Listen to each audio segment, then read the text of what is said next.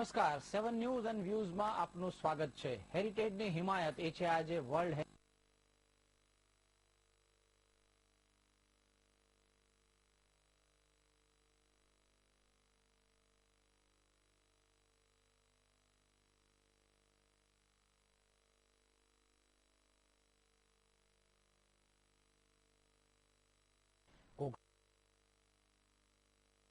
કહેવત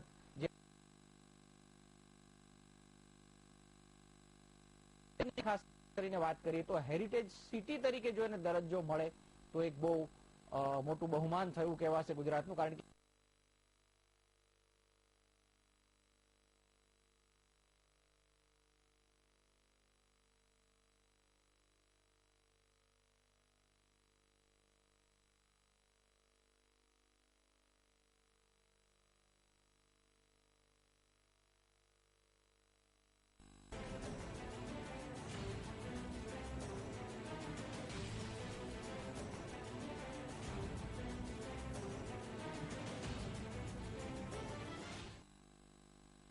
એપ્રિલ વિશ્વ હેરિટેજ દિન તરીકે ઉજવાય છે। દર વર્ષની જેમ આ વર્ષે પણ વિશ્વ હેરિટેજ દિવસે ગુજરાતમાં ઠેર ઠેર કાર્યક્રમો યોજાયા। આ ઉપરાંત હેરિટેજ ગણાતા જે સ્મારકો છે એની સફાઈ થઈ, પ્રદર્શન થયા, હેરિટેજ વોકનું આયોજન થયું, સેલ્ફી વોક થઈ, હેરિટેજ ફિલ્મો બતાવાય, આ બધા કાર્યક્રમો ચાલતા રહ્યા। પરંતુ હેરિટેજ દિવસે જ આ સ્મારકોને આપણે યાદ કરીએ છીએ અને બાકીના દિવસોમાં આ હેરિટેજ સ્મારકોની જાળવણી નથી થતી, એ પણ એક બહુ મોટી સમસ્યા છે।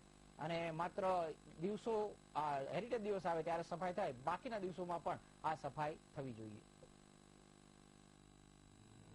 અમદાવાદ વિશ્વ વિરાસત ભારતે યુનેસ્કોને સોંપી એન્ટ્રી। યુનેસ્કોના તાજ મળ્યા બાદ બ્રાન્ડ વેલ્યુમાં વધારો। પરિણામની જાહેરાત જૂન 2017। હેરિટેજ દિવસ અને તેની સાથે 1 મે ના રોજ ગુજરાત સ્થાપના દિવસ છે। અમદાવાદે આ મામલે દિલ્હીને પણ પાછળ છોડી દેવામાં સફળતા મેળવી છે। 600 વર્ષ જૂના કોટ વિસ્તાર શહેર અમદાવાદે દિલ્હી અને મુંબઈને પાછળ છોડી દેવામાં સફળતા મેળવી છે। ભારતે યુનેસ્કોને તેની એન્ટ્રી સોંપી દીધી છે, તો હવે પરિણામની જાહેરાત જૂન 2017માં કરવામાં આવશે। આ ટાઇટલ જીતનાર પ્રથમ શહેર બની જવાની અમદાવાદની તકો ખૂબ વધારે છે। યુનેસ્કોના તાજ મળ્યા બાદ બ્રાન્ડ વેલ્યુમાં વધારો થશે, સાથે સાથે ટુરિઝમને પ્રોત્સાહન મળશે। વિશ્વભરમાંથી 287 વર્લ્ડ હેરિટેજ શહેરો પૈકી ભારતીય પેટાખંડમાંથી 2 શહેરો છે। અમદાવાદમાં ASI પ્રોટેક્ટેડ 35 જગ્યા છે। અમદાવાદની પસંદગી કરવામાં આવ્યા બાદ હવે પરિણામને લઈને ઉત્સુકતા રહેશે। આ ગાળા દરમિયાન રાજ્યમાં અને ખાસ કરીને અમદાવાદ પ્રત્યે પ્રવાસીઓમાં આકર્ષણ વધે તેમ તમામ લોકો માની રહ્યા છે। હેરિટેજ પ્રદર્શન અને આર્ટ સેન્ટરનો પ્રારંભ। અમદાવાદ મ્યુનિસિપલ કોર્પોરેશન અને ગુજરાત પ્રવાસન નિગમ લિમિટેડના સંયુક્ત ઉપક્રમે પંડિત દીનદયાળ ઓડિટોરિયમ બોડકદેવમાં હેરિટેજ પ્રદર્શન અને આર્ટ સેન્ટરનો પ્રારંભ કરાયો। આજના દિવસે હેરિટેજ સ્મારકો પ્રત્યે લોકજાગૃતિ વધે તે માટે ગુજરાતભરના વિવિધ કાર્યક્રમોનું આયોજન હાથ ધરાયું। સંસ્કૃતિના આત્માની ધબકતી વિરાસત। પીએમ મોદી જ્યારે ગુજરાતના હતા ત્યારે તેમણે અમદાવાદને વિશ્વ વિરાસત નગરી અર્થાત વર્લ્ડ હેરિટેજ સિટી બનાવવાની હિમાયત કરી હતી। હેરિટેજ એ સમાજ અને સંસ્કૃતિના આત્માની ધબકતી વિરાસત અને પ્રકૃતિ પ્રેમી જીવનશૈલી વિશ્વને જોડે છે અને અમદાવાદ તેનું પ્રેરક દ્રષ્ટાંત છે, જો કે હજી તેની સત્તાવાર જાહેરાત બાકી છે। સોમનાથમાં હેરિટેજ દિનની ઉજવણી। વર્લ્ડ હેરિટેજ દિવસ નિમિત્તે શ્રી સોમનાથ ટ્રસ્ટ દ્વારા સોમનાથમાં સેલ્ફી વોકનું આયોજન કરવામાં આવ્યું। સોમનાથના હેરિટેજ સ્મારકો જેવા કે અહલ્યાબાદ મંદિર, સરદારની પ્રતિમા, દૈત્યશુદ્ધ મંદિર, મ્યુઝિયમ, જૈન મંદિર, જૂનો કિલ્લો, વાવા તેમજ વેરાવળ દરવાજા જેવા હેરિટેજ સ્મારકોની ફોટો સેલ્ફી લઈને ફેસબુક, ટ્વિટર, ઇન્સ્ટાગ્રામ તેમજ વોટ્સએપ શેર થઈ રહી છે।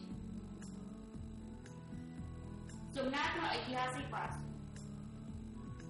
વિશ્વ હેરિટેજ દિન નિમિત્તે સોમનાથ ટ્રસ્ટ દ્વારા તૈયાર કરાયેલા ડોક્યુમેન્ટરી ફિલ્મ, જેમાં આપણા ભૂતકાળના શિક્ષણ, સંશોધન તેમજ હેરિટેજ બાબતોને ઉજાગર કરતી ફિલ્મનું સોમનાથ મંદિર પરિસરના સ્ક્રીન અને વેરાવળ ટાવર ચોકમાં બતાવી લોકોને માહિતગાર કરાશે।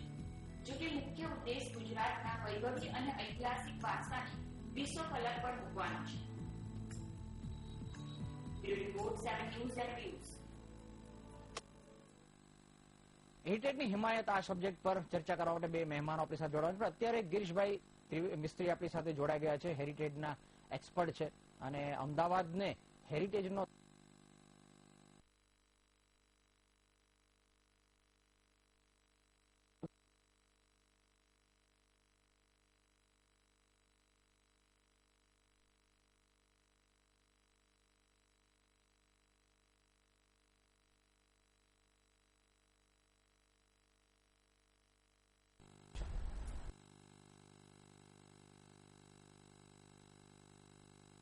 બાળકો માટે એકલી નથી. આપણી માગણી છે લિવિંગ હેરિટેજની. ઓકે, અમદાવાદનું જે કલ્ચર છે, લોકો છે, પોળ છે, રિવાજો છે, સેલિબ્રેશન્સ જે રીતે થાય છે, જુદી જુદી આસ્થાનો જે સમન્વય છે અને જે રીતે બધા ઉત્સવો પણ ઉજવાય છે બધી કોમ ભેગી થઈને, તો કે સમગ્ર શહેરની જીવન પદ્ધતિમાં આપણે એવું કહી શકીએ. બિલકુલ. એટલે લિવિંગ હેરિટેજનો પણ આપણે એની અંદર સમાવેશ કર્યો છે. દુનિયાના બહુ જ ઓછા શહેરો એવા છે કે જ્યાં લિવિંગ હેરિટેજ હોય. બિલકુલ. એમાં કલ્ચર બી છે, રીત રિવાજ બી છે, પહેરવેશ બી છે, ધંધા રોજગારની બી વાત છે અને એવું ઘણું બધું છે. સ્મારકો સમજવા માટે આપણે કે બંનેની હેરિટેજમાં કોઈ ફરક છે ખરું કે માત્ર જૂના સ્મારકો હોવા જોઈએ, એકથી વધારે સ્મારકો હોવા જોઈએ અને સારી હાલતમાં હોય તો હેરિટેજ સિટી થાય? અને તમે જે વાત કરી પ્રમાણે કે વારસો આપણે જાળવી શક્યા છે, ઘણી બધી એવી બાબતો છે, તો એ બંને કેટેગરીમાં ફરક હોય છે કે એ બંને વસ્તુ સાથે આવી શકે? વધારે એક એક્સ્ટ્રા ક્વોલિફિકેશન છે. એક્સ્ટ્રા ક્વોલિફિકેશન છે. ઓકે. અને દરજ્જો તો હેરિટેજ સિટી તરીકે જ મળશે. મળવા માટે આપણે બહુ જ ક્વોલિફાય થઈએ એવી શક્યતા છે. એવું પણ કહે છે લગભગ અમદાવાદ સમગ્ર ભારતમાં એક એવું શહેર છે કે સૌથી આગળની આપણે દિલ્હી અને બીજા શહેરોની આપણે વાત કરતા હોઈએ છીએ, પણ બહુ જૂના શહેરો છે. પરંતુ તમે કહ્યું પ્રમાણે મને લાગે છે જે લિવિંગ ની તમે વાત કરી એ કદાચ અમદાવાદમાં વધારે પ્રબળ રીતે એમાં દાવેદાર છે. એ પછીનો જો સિટીમાં આવે તો દિલ્હી આવે ને લખનઉ આવે. દિલ્હી અને લખનઉ એ બંને બીજા શહેર છે. આની હવે લગભગ ક્યારે એની જાહેરાત થશે, આપણે ક્યારે એક્સપેક્ટ કરશે? જૂનમાં લગભગ કોઈ ડેટ છે? હા, એ એમની રિવ્યુ કમિટી મળે છે અને એ રિવ્યુ કમિટીની અંદર બધી છણાવટ જુદી જુદી થાય છે. અહીંયા વિઝિટિંગ કમિટી જે હોય છે એના રિપોર્ટ આવે છે. એમણે જે અહીંયા જુદા જુદા લોકોને મળીને જે સ્થળ પરનો એમણે રિપોર્ટ તૈયાર કર્યો છે એ બહુ અગત્યનો ભાગ ભજવતો હોય છે ને અત્યાર સુધી તો બધા પોઝિટિવ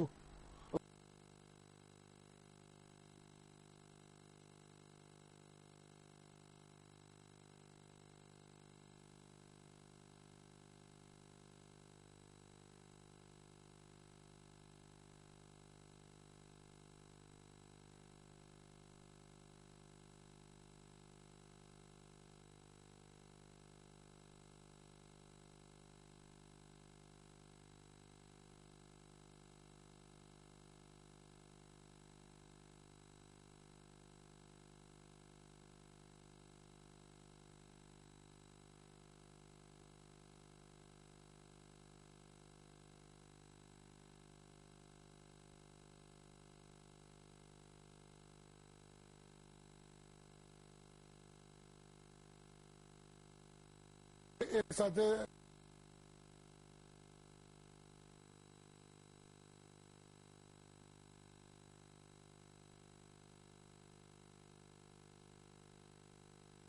સેવા છે.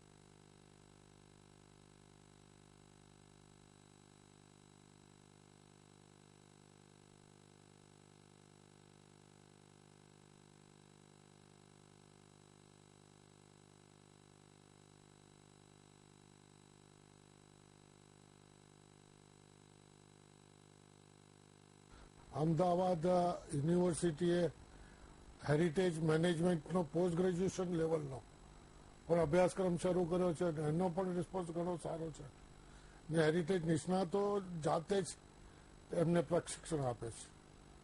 ઓકે ઓકે, આપણે આગળ પણ આ ચર્ચા કરતા રહીશું. બીજા મહેમાન પણ જોડાશે.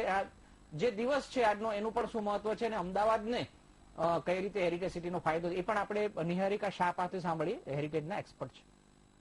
અમદાવાદને પોતાનું એક બહુ આગવું પ્રદાન છે હેરિટેજ ફિલ્ડમાં, કેમ કે આપણું જે પોળનું કલ્ચર છે, આપણી સંસ્કૃતિ, આપણું વેપાર વાણિજ્ય અને કલા સંસ્કૃતિ, એ બધાનું કોમ્બિનેશન અમદાવાદમાં એટલું સરસ છે કે વર્લ્ડ હેરિટેજ ડેને દિવસે અમદાવાદ પોતે પણ એક કમ્પ્લીટ પેકેજ જેવું છે. એટલે જ્યારે અમદાવાદ હવે વર્લ્ડ હેરિટેજ સિટી પણ થવાને માટે જઈ રહ્યું છે, ત્યારે આપણા માટે આપણો કલા સંસ્કૃતિનો વારસો આપણે જાળવી રાખીએ એ આપણા માટે બહુ અગત્યનું છે. તો આપણે જે કહ્યું પ્રમાણે જે વારસો છે આપણી પાસે અમદાવાદનો, એને જાળવી રાખવો બહુ જરૂરી છે, કારણ કે જો સ્મારકોની જાળવણી થાય અને એ જાળવણી કરતા પેલામાં કરી શકાય તો જ એનો હેરિટેજનો દરજ્જો મળી શકે છે. સ્મારકોની જાળવણી ઉપરાંત જે રીતે ગિરીશભાઈ વાત કરી, એક લિવિંગ હેરિટેજની પણ વાત છે કે જે રીતની લાઈફસ્ટાઈલ જળવાઈ રહી છે, આપણી ખાણીપીણી, આપણા જૂના બજારો, પોળનું કલ્ચર, પોળની રહેણી કહેણી, ત્યાં બનેલી હવેલીઓ, આ બધાનું પણ એક બહુ મહત્વનું છે. જુદા જુદા વર્ગના સંપ્રદાયના લોકો સાથે મળીને રહે અને એક શહેરનું કલ્ચર ઊભું થાય, એ પણ એક બહુ અગત્યનું છે. હેરિટેજ નિમિત્તે જુદા જુદા સ્થળોની જે છે લોકોને વિઝિટ કરવાની પણ મોકો મળતો હોય છે. આજે જુદા જુદા કાર્યક્રમો યોજાય, એની પણ એક આ ઝલક જોઈ શકાય છે કે કયા કયા પ્રકારના વારસા અમદાવાદમાં સચવાઈ ચૂક્યા છે.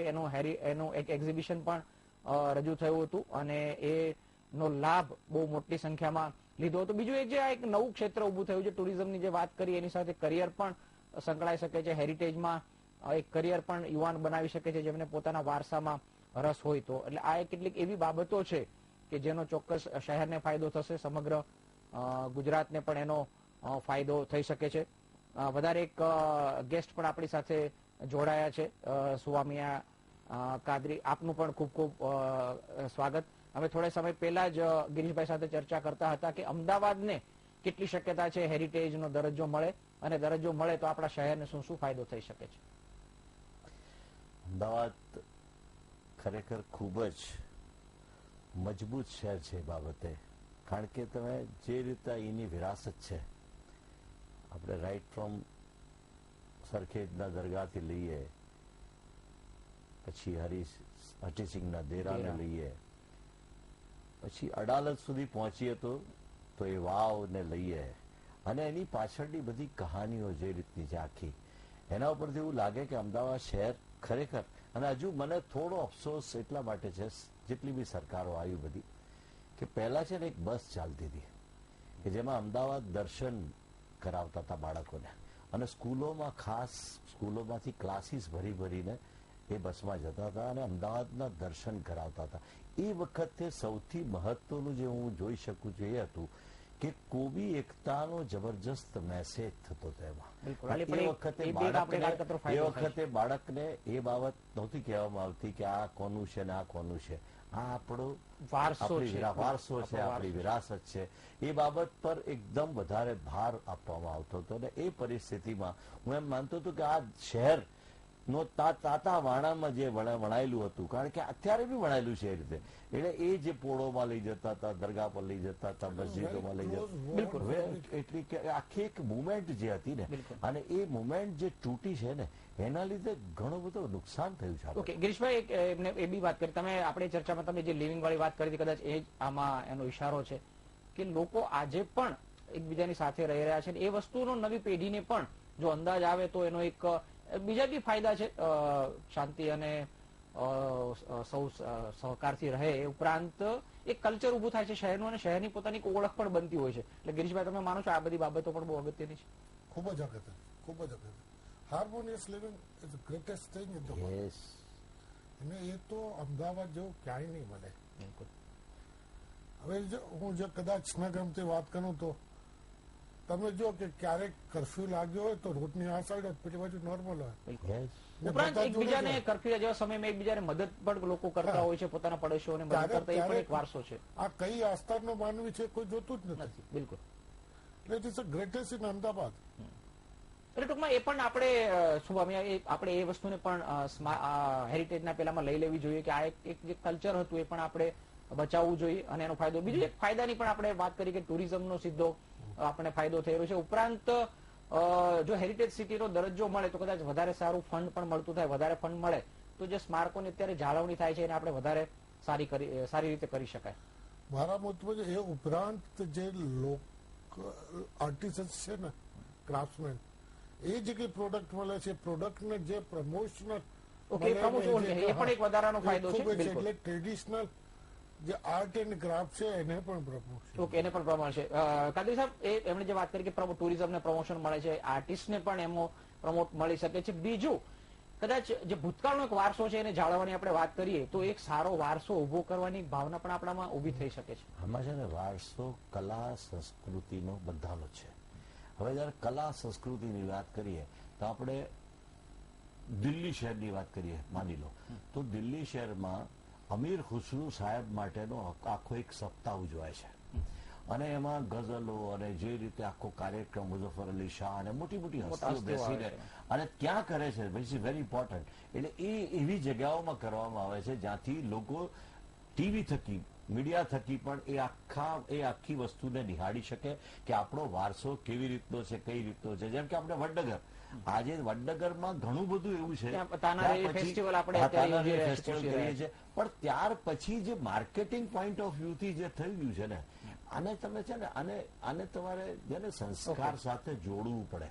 માર્કેટિંગના એપ્રોચ કરતા ગિરીશભાઈ, તમે શું કહેશો? એમણે બી એક બહુ અગત્યની વાત કરી કે માર્કેટિંગ દ્વારા ઘણીવાર એવો લાલચ થતી હોય છે કે કંઈક કોઈ એના સ્પોન્સર મળે એને ફાયદો થાય, પરંતુ એ વારસો એકચ્યુઅલી બચાવવાનો છે, યાદ કરવાનો છે, નવી પેઢીને આપણે અવેર બી કરવાના છે. તો કદાચ માર્કેટિંગને બદલે કેટલી સમૃદ્ધિ આપણી પાસે છે એ પેઢીને જાણવા મળે તો. પહેલા તો છે ને આપણે આ જે કઈ ઉજવણી કરીએ ને, એ ઉજવણીને જે નામ આપે છે, નામ જ વીક નામ ન અપાય. ઓકે, એટલે કે આ મહોત્સવ, આ મેળો જે આપણે અંદર જે આપણે એક અઠવાડિયામાં ભૂલી નથી જવાનું, અઠવાડિયામાં આપણે કરી અને પછી ભૂલી જઈએ નથી. બિલકુલ કે ભાઈ આ મેળો ભરાય છે, મેળો 15 દિવસનો હોય છે, 10 દિવસ, અને એક જે કલ્ચર આવે જે આપણી સંસ્કૃતિમાં છે, આમ લોકો છે, સામાન્ય માણસો એને સમજી શકે ને આવે અને એમાં ભાગ લે ને એથી શું થાય છે કે જે લોકલ ત્યાં સ્થાયી લોકો છે એને પણ સમજણ પડે છે કે આપણે રહીએ છીએ જગ્યા કેટલી અગત્યની છે. ઓકે, જાળવતા. ઓકે, કાદર સાહેબ, એમણે બહુ વાત કરી જે ગિરીશભાઈ અગત્યની છે. આમ આદમી જેને આપણે કહીએ છીએ કે જે એની બાજુમાં રહે છે પણ ઘણીવાર એમને વારસાનો અનુભવ નથી, તો આ હેરિટેજની વાત ઘણીવાર એમ લાગે કે એલિટ ક્લાસ માટેની આખી વાત છે અથવા તો ભદ્ર વર્ગ અને વિદ્વાનો અને એની નથી, પરંતુ આ પ્રજાને જો આપણે જોડવી હોય તો એમાં બીજું શું શું કરી શકાય? મહત્વનું શું છે, આપણે હવે Ahmedabad is a world city, જેના આટલા દરવાજા, જેની આ બધી વિરાસતો, હવે એના માટે 615 કરોડ રૂપિયાની કઈ જોગવાઈ કરેલી, પણ હજુ સુધી અમદાવાદ શહેરના તમે શહેરની અંદરના રોડ અને તમે આઉટસાઇડ અમદાવાદ સિટી, જૂનું અમદાવાદ વાત કરી પણ નવું અમદાવાદ કેવું છે પણ આપણે વિચારવું પડે. નહીં, પછી બીજી વાત પર હું આવું છું, કારણ કે આ દેશના વિરાસતને જાળવવાના માટેનો જે ખર્ચા માટેના પ્રયોજનો જે થાય છે, હું એમ માનું છું કે બધે કેન્દ્રમાં સામાન્ય માનવીને રાખવો જોઈએ, કારણ કે સામાન્ય માનવી સુધી બધી બાબતો પહોંચતી નથી. હું ઘણીવાર મારા આર્ટિકલો મેં લખ્યા છે આ બાબતે કે ભાઈ એટલે તમે હું એ રીતે સમજી શકું, દાખલા તરીકે આપણે ભદ્ર ફોર્ટનું ડેવલપમેન્ટ કરવાની વાત આવી તો ફેરિયાઓને સીધી અસર થાય છે, કોઈની રોજગારી ઉપર અસર થાય છે, એ પ્રકારનું તમારું કહેવાનું? ના, એ લેવલ પણ હું નથી કહેતો. ભદ્રનું તો સુંદર થયું છે જે કઈ બી થયું, એની કોઈ એ નથી, પણ ત્યાર પછીનું મેન્ટેનન્સ તમે બજેટ વાપરી નાખીએ છીએ પણ તમે હજુ મારા મુદ્દાને સરકારની નજર ક્યાં હોવી જોઈએ, શુદ્ધ નાગરિક તરીકે કહી શકું છું કે આજે તમે મેટ્રો લઈ લો કે તમે પેલી નવી કઈ બુલેટ ટ્રેન વાત કરો છો, એમાં કેટલા ટકાની વસ્તી એનો ઇસ્તેમાલ કરશે? આ એક મોટો સવાલ મને રોજ થાય છે. અને હું જનરલ કોચમાં અંદર જઈને બેસું છું જોવા માટે, તો હજુ બી 4 પગા પ્રાણીની જેમ માણસ ટોયલેટની પાસે ગંદકીમાં બેઠો હોય છે. એની કોઈ દરકાર ક્યારે કોણે કરી? વિરાસત તો બાજુ પર રહી ગઈ. આ માણસની પોતાની દરકાર થતા થતા વિરાસત થવી બહુ જરૂરી છે. અને એ વિરાસત તમે જ્યાં જ્યાં તમે મુદ્દા બનાવો ને ભાઈ, કે મુદ્દા બનાવીને વિરાસત જાળવવી છે, તો એ વિરાસત જાળવવા માટે એના માણસો પકડવા પડે. તમે બધું જ અનુશાસન કરી શકે જરૂરી કાદરીભાઈએ કહ્યું એ જ કે વિરાસત પર આપણે એ લેવું પડે જે કે જે સામાન્ય માણસનું જીવન જે ગૌરવભેરનું પહેલા હતું, જેને ડિગ્નિફાઈડ લિવિંગ હતા, કે નાનો કે મોટો માણસો એને જે ટ્રીટમેન્ટ આપતી હતી, જેને આવકાર બી આપતો હતો, સદભાવના બી મળતી હતી, અને જેને કે દાનવીરો જેવી રીતે આવતા ફિલાન્થ્રોપિસ્ટ એક્ટિવિટી થતી હતી. આ એક સમાજની અંદર બહુ સારું વણાયેલું હતું. ને આજે એ આખું જે ફેબ્રિક પાતળું થઈ ગયું છે, પોત પાતળું થયું છે, એ વિરાસતને કરવાની છે કે જે માનવીય સંબંધોની છે. ઘણી વાર એટલે એવું લાગે કે આપણે સરકારી કાર્યક્રમ થઈ ગયો છે હેરિટેજ જાળવણી એવું કે એ ન થવું જોઈએ એવું કહેવામાં આવે. એ માનવીય સંબંધો જે ગૌરવભેર પહેલા જીવતા હતા એ પણ એક હેરિટેજ હતું. એ વારસો આપણે કન્ટિન્યુ કરવા માટે એફર્ટ કરવા જોઈએ. ઓકે, બીજું કાંતિભાઈ એ બી એક સવાલ છે કે જે સફાઈ નથી થતી જાળવણી, કારણ કે સામાન્ય રીતે આવો કોઈ દિવસ આવે કે વીકની ઉજવણી કરવાની આવે ત્યારે થોડો સમય એની જાળવણી થઈ જાય, પણ લાંબો સમય નથી થતી, એ પણ એક સમસ્યા છે. બાકી બાબત છે. તમે આજે આગ્રાનું આજ સવારથી સાંજથી તાજમહાલ ચાલી રહ્યો છે, બરાબર છે, પણ તાજમહાલમાં સફાઈની એની જગ્યાએ બરાબર થઈ ગઈ. એડમિનિસ્ટ્રેશન થતા થયા દરેક સરકારો એ બી જોયું કે બહુ દૂર બહુ અંદર સુધી વ્હીકલો ના જાય, વ્હીકલો બહાર ઉભા રહે છે બરાબર 2 કિલોમીટર, ત્યાર પછી તમારે કમ્પલસરી ચાલીને જવું પડે. એનાથી શું થાય છે કે આખું જે સમૃદ્ધિ જે જળવાઈ રહી આપણી એ પ્રકારે દરેક જગ્યા. પણ હવે એવું થઈ ગયું કે તમે લાલ કિલ્લા દિલ્હીમાં તો 1/3 કિલ્લો તમે જોવા મળે છે, બાકીનો કેટલો ભાગ બંધ છે. ના મિલિટરી બેસી ગઈ છે, ખબર જ પડતી નથી. આગ્રામાં બી 50% આખા આગ્રા જે કિલ્લો છે એમાં 50% તમને કઈ જોવા જ નથી મળતું. અને કુતુબ મિનાર જે તમે એ જમાનામાં ચડી શકતા હતા, એ કુતુબ મિનાર તમે અહીંયા જ તમે લો ને, આ ઝૂલતા મિનાર જેના પર ફિલ્મો થઈ ગઈ, એ ખરેખર લોકો જઈને ચેક કરતા હતા વેધર કે હાલે છે કે નથી હાલતા. હવે એની દશા આપણે જોઈ શકીએ. ગિરીશભાઈ, પણ એની પાસે ચિંતા પણ હતી કે આ જે કહ્યું પ્રમાણે કે સીધો કેટલીક બાબતો એવી પણ હતી કે જાળવણી માટે આ બધા પગલા લેવા પડ્યા છે, પણ એને કારણે લોકોને કેટલી વાર રસ પણ ઓછો છે. એમની વાત છે, કાદરી સાહેબની વાત સાચી પણ છે કે કદાચ થોડી એવી કાળજી લો, એવી વ્યવસ્થા કરો કે નુકસાન પણ ન થાય અને લોકો જોઈ પણ શકે. ચોક્કસ પણ તમારે બાળપણથી બાળકથી આ સંસ્કાર નાખવા પડશે. જે શરૂઆત નાગરિકોને જાગૃતિ કરવી જરૂરી છે, જે પર્યટન સ્પેશિયલી એના માટે થતા હતા. એ સ્કૂલનો કોઈ લેવલ નથી, મ્યુનિસિપાલિટીની શાળા હોય, હા કોઈ ખાનગી હોય કે અત્યારની કહેવાની હાઈફાઈ શાળા. હવે એ થઈ ગયું છે, આખું કલ્ચર જ જતું રહ્યું છે. જૂની રમતો જે હતી, જે છોકરા રમતા હતા, ભેગા રમી શકતા નથી.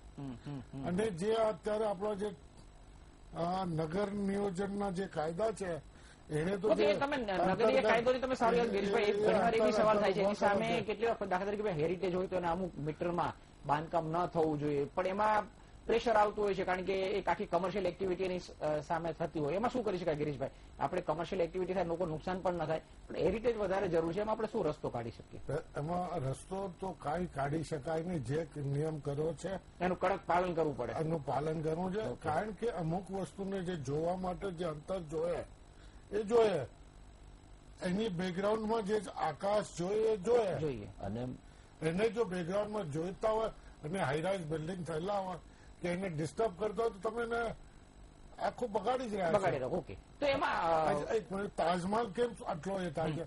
કારણ કે પાછળનું જે પાછળ યમુના નદી વહે છે, આકાશ દેખાય, આકાશ ખુલ્લું દેખાય છે, જે ખુલ્લાપણું છે, અને જે જોવા માટેનું અંતર છે એ આખું જળવાવું જોઈએ. ઓકે, એ જળવાવું જોઈએ. આપણી પાસે ઓછો સમય છે. કાદરી સાહેબ, તમારી પાસે છેલ્લી એક કોમેન્ટ જાણીશું. એમણે બી જે વાત કરી બહુ અગત્યની છે, મોકળાશ હોય એની ગરિમા જળવાય રહે સ્મારકની, એ પણ એ સિવાય બીજું શું કરી શકાય? અને એ સિવાય સૌથી મહત્વનું કે આજે તમે લઈ લો સીદી સૈયદની જાળી, બરાબર છે, કોઈ ત્યાં છે ગાઈડ ઉભો કે તમને કોઈ સમજાવી શકે? તમને પોતાને પણ કદાચ ખ્યાલ હશે, હું એમ માનું છું. સીદી સૈયદની જાળીમાં ઉપરની તરફ છે ને કાબા છે, આમ. હવે એ કાબાનું કાલે મેં એક ફોરેન ટુરિસ્ટ હું ત્યાં બેઠો હતો એટલે મને સમજાયું ધીસ ઇઝ કાબાસ પથ્થર આવી એ રીતે એને કોર્યો છે એમ અંદર. એટલે હવે આ શું છે, દરેક જાણકાર ઉભો કરવો પડે. એક ભલે સર્વન્ટ રાખે સરકાર, પણ એમાં ત્યાં એક માણસ એવો મૂકવો જોઈએ કે ભાઈ આવનાર માણસોને આજે તમે આટલી મોટી વિરાસતને સમજાવવા માટે તમારી પાસે ત્યાં કોઈ માણસ જ નથી, તો કમસે કમ જે આવે એને પૂરતી હિસ્ટ્રી મળી રહે, આમ સારી રીતે વાતચીત થાય. ત્યાં બીજા પ્રયોજનો, જેમ કે અત્યારે હું અમેરિકા કેનેડામાં તો નાની નાની જગ્યાઓમાં પબ્લિક વેલફેરની જે દરકાર થાય છે, પાણી, ટોયલેટ્સ, આ બધું ક્યારે વિરાસત કોઈ જગ્યાએ દેખાય. ઓકે, એકદમ ટૂંકમાં મિસ્ત્રી સાહેબ, આપણે એવું શું કરવું જોઈએ અમદાવાદને હેરિટેજ સિટી મળે અને આપણો વારસો જળવાઈ રહે? એકદમ ટૂંકમાં. સંસ્કૃતિ અને સામાજિક જે વ્યવસ્થા છે એને જાળવી રાખો તો એ આખવાનું ઉભું થશે કે આ મારો વારસો મારે કેમ જાળવવો, અને એના જે સ્ટ્રક્ચર છે સ્મારકો એની આજુબાજુના લોકોને તો ખૂબ જ એના માટેની માહિતી આપી અને પ્રશિક્ષણ આપવું જોઈએ કે જેથી સ્વયંસેવકો ત્યાં તૈયાર થતાનું નાનું બાળક પણ આ છે એનો ગૌરવ સમજાવે. બિલકુલ એક ગૌરવ લઈ શકાય. હું એક એવા મુદ્દાને ટચ કરું કે હવે આ જે સ્મારકોનો જેને કહીએ ને કે કબજો લઈને બેઠા છે, ઓકે, એ પણ એક સમસ્યા છે. બિલકુલ આપણી પાસે જે ડિફેન્સ થાય છે. સાદો દાખલો તો આપણી પાસે મિસ્ત્રી સાહેબ સમયનો અભાવ છે. આપણે એક યોગ્ય મુદ્દો ઉભો કર્યો છે, પણ સમયનો અભાવ છે. મિસ્ત્રી સાહેબ અને કાદરી સાહેબ બંને અમારી સાથે જોડાયા અને હેરિટેજ વિશે જે માહિતી આપી, બંને મહેમાનોનો ખૂબ ખૂબ આભાર. તો આ તે હેરિટેજની હિમાયત અમદાવાદને હેરિટેજ સિટી તરીકે જાહેર થશે તો ગુજરાતને અને ભારતને પણ ગૌરવ મળશે. પરંતુ હેરિટેજની જાળવણી માટે જે રીતે બંને મહાનુભાવોએ કહ્યું પ્રમાણે આપણી પોતાની પણ જાગૃતિ અને જવાબદારી પણ જરૂરી છે. આપ જોતા રહો 7 ન્યૂઝ એન્ડ વ્યુઝ.